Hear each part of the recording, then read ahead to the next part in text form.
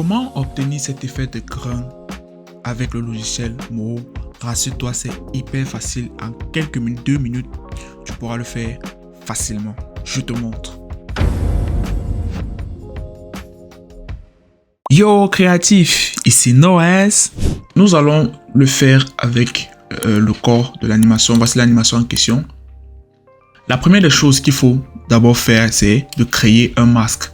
Parce que je voudrais que ce soit limité uniquement sur la partie ici. Donc, je prends mon calque de corps là. Voici mon calque ici. Je clique droit. Bon, je peux mettre ça dans un groupe. Avec, je clique là et puis je mets groupe B, Selection. Moi, j'ai configuré un raccourci clavier CTRL-G. Tu peux configurer le raccourci clavier ici, si ça t'intéresse, dans Edit Keyboard Shortcuts. Voilà. Et puis tu changes ton... Voilà, tu viens là. Bon, là, par exemple, tu peux taper groupe. Et tu vas voir groupe plus Selection. Moi, j'ai mis CTRL-G. Tu peux changer, puis tu valides. Ok, donc, on met ça dans un groupe. Quand tu la mets dans le groupe, tu double-cliques sur le groupe en question. Tu viens dans Masking. Et tu cliques sur Hide All. Et puis tu appliques. Voilà. Ok. Dès que c'est comme ça, qu'est-ce que cela signifie? Cela signifie que voici mon dossier. Le dossier qui sera un dossier de masque, si je peux dire ça ainsi. Donc, si je regarde ici en bas, je me rends compte qu'il y a un petit plus qui s'affiche là. Cela veut dire quoi? Cela veut simplement dire que tous les fichiers qui seront au-dessus de calque-ci auront pour masque ce calque. Bon, pour que tu comprennes, on va prendre un exemple. Donc, je crée un nouveau vecteur, un nouveau calque vectoriel. Le calque vectoriel a cette icône-ci qui est différente du plus. Donc, le plus, ça montre que voici le masque. Et le petit icône-ci montre que l'objet sera à l'intérieur de ce masque. Si je dessine un cercle, par exemple, on voit que le cercle, le rectangle, pardon, le rectangle est délimité uniquement dans le casque et pas ailleurs. Voilà, donc c'est comme ça que les masques ici fonctionnent. Je pense que je vais faire une vidéo, ou bien peut-être j'ai déjà fait une vidéo sur ça. Bref, si la vidéo est déjà disponible, je vais t'afficher ça en haut là quelque part. Voilà, donc ce que je vais faire, c'est quoi? C'est que je peux utiliser soit la brush, ou alors je peux simplement utiliser les formes comme la forme ci. Mais ce que je vais te montrer, c'est plutôt, on va utiliser la brush. Donc je viens, après avoir créé mon nouveau calque, je viens ici pour sélectionner mon outil Freehand Brush. Bon, maintenant la taille, je peux régler la taille. Le raccourci clavier pour régler la taille automatiquement, c'est Alt, clic gauche. Alt, clic gauche, je peux régler la taille. Donc, si je règle la taille, je dessine un truc comme ça. Voilà, c'est déjà pour délimiter, pour montrer la zone que je souhaite avoir ou bien dont je demande la présence de cet effet noise.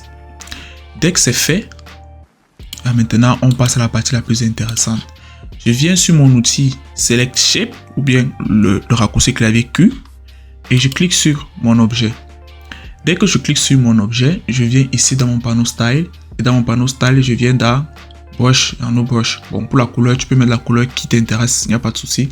Donc, je viens dans No Brush et c'est ici que la magie va s'opérer. Bon, supposons que je prenne par exemple ceci. On voit que ça a une texture. Bon, je pense que ça c'est voilà, ça c'est une texture que moi-même j'ai déjà créée. Mais on va prendre une texture. Je vais prendre quelle texture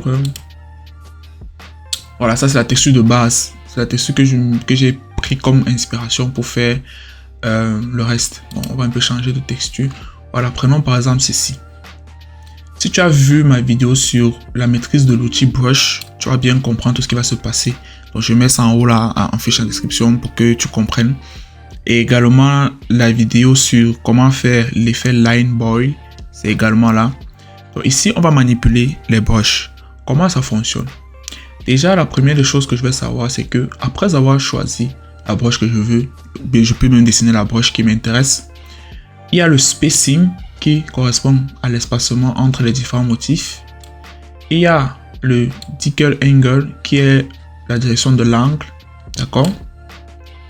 Il y a le size variation amplitude, donc c'est pour définir la variation de l'amplitude de la taille. Bon, on va bien plus voir ça lorsqu'on va activer le light boil. Et puis on a le size variation scale, donc pour que ce soit pas trop uniforme, pour que la taille soit, voilà, soit un peu désordonnée. Et on va activer l'outil qui est le plus important. C'est cet outil qui va faire danser les formes, qui va faire en sorte que ça bouge un peu et tout et tout. Donc l'outil, l'option c'est Line Boil. J'active Line Boil. Quand j'active Line Boil, je vois qu'il y a ceci qui s'est qui n'est plus gris, quoi, qui s'est activé. Donc à quoi ça correspond? Ça correspond au nombre de frames qui vont faire bouger la forme. Donc qu'est-ce que ça veut dire? Si je laisse ça en un frame, ça peut dire que la forme va danser chaque une frame. Par contre, si je mets peut-être 6 frames, ça va faire le mouvement après chaque 6 frames. Bon, je mets 6 frames ici.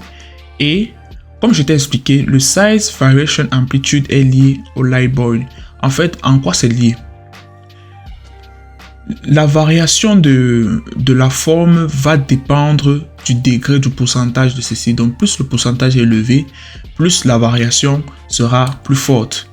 Moins le pourcentage est élevé, moins la forme va faire des variations. Donc, c'est ici que tout se joue. Size variation amplitude. Si je mets par exemple 50%, je mets à 6 frames, je valide. Lorsque j'appuie sur la touche play, voilà, on voit déjà que ça bouge. On va dire que ça bouge. Aussi simple que ça. Maintenant, si je ne suis pas très satisfait de ça, je peux simplement venir. Précision, il faut toujours sélectionner. Il faut toujours sélectionner. Je peux venir ici. Bon, je change les configurations en fonction de ce que je veux. Bon, c'est peut-être, je veux que ce soit plus lent. Je peux venir ici et que ça bouge moins fort ou bien plus fort. Je peux venir là. Je change le spacing si je veux. L'editor angle, bref, je change ce que je veux là. Et puis je valide. Puis quand je valide là, voilà. Là c'est plus lent. Là c'est plus lent maintenant. Ok. Bon, rien ne m'empêche de venir baisser l'opacité là, si je veux. Je peux baisser l'opacité. Et puis voilà. Donc ça c'est la procédure classique que tu peux utiliser pour pouvoir avoir cet effet noisy. Donc je peux diminuer l'opacité ici ou alors diminuer l'opacité du calque en double-cliquant là, en venant dans Visible et Opacity. Je diminue l'opacité. Bref, ça dépend du workflow. Voilà. Donc c'est vraiment la procédure simple à faire. Il n'y a pas de complications, rien. Ce n'est que ça qu'il faut faire pour obtenir le rendu que tu souhaites. Donc, lorsque tu as peut-être mis toutes les textures, voilà ce que j'ai pu faire avec ce petit segment d'animation, avec toutes les textures. Donc, je varie les textures. Je peux mettre la forme également sur le contour que je change. Bref, pour dire qu'en fait, il ne faut pas seulement se limiter à l'outil brush. Je peux également faire la même chose avec une forme. Je peux prendre la forme, je dessine à l'intérieur et je jongle seulement avec ces bordures parce qu'en fait, le stroke, je vais dire quoi? Le fait qu'on peut jouer avec les pinceaux, ce n'est uniquement disponible qu'avec les contours, les strokes. Donc, je peux dessiner une forme comme par exemple ici. Par exemple ici, attends. Comme par exemple ici. J'ai dessiné une forme. Hein. C'est une forme que j'ai dessinée et c'est le contour qui est texturé. Donc, ce qui me permet d'avoir aussi un certain style d'effet là, tranquille posé. Et c'est la même chose que je peux appliquer ici dans le background. Voilà, ce petit effet. Le tuto est simple, non?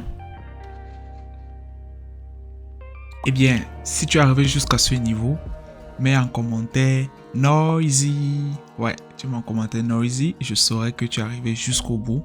Et j'espère que ce tuto t'a plu et t'a marqué. Je suis maintenant sur Instagram. Alors voilà, tu peux aller me follow sur Instagram. C'est vrai, j'avais d'abord mis un ancien lien qui n'était pas valide. Donc du coup, je suis effectivement présent de retour. Bon, je suis effectivement présent sur Instagram. Donc n'hésite pas à me follow, à liker là-bas parce que là-bas également, je vais partager plusieurs réalisations que je ne partage pas forcément sur YouTube. Alors, n'oublie pas de liker, de t'abonner, de partager. Et aussi de rejoindre mon canal Telegram parce que c'est sur mon canal Telegram que je mets beaucoup de choses, de nouveautés, des actualités, des inédits, des techniques, des découvertes. Parce qu'il y a un top là que je fais souvent. Je fais la découverte du jour. Ou de façon régulière. Je ne vais pas dire tous les jours, mais de façon régulière. J'essaie de partager une nouveauté, une nouvelle découverte que je fais moi-même. Donc, tu peux rejoindre mon Telegram. Quant à moi, je te laisse avec ces autres vidéos pour que tu puisses continuer d'apprendre. C'était Noès. Yo, créatif.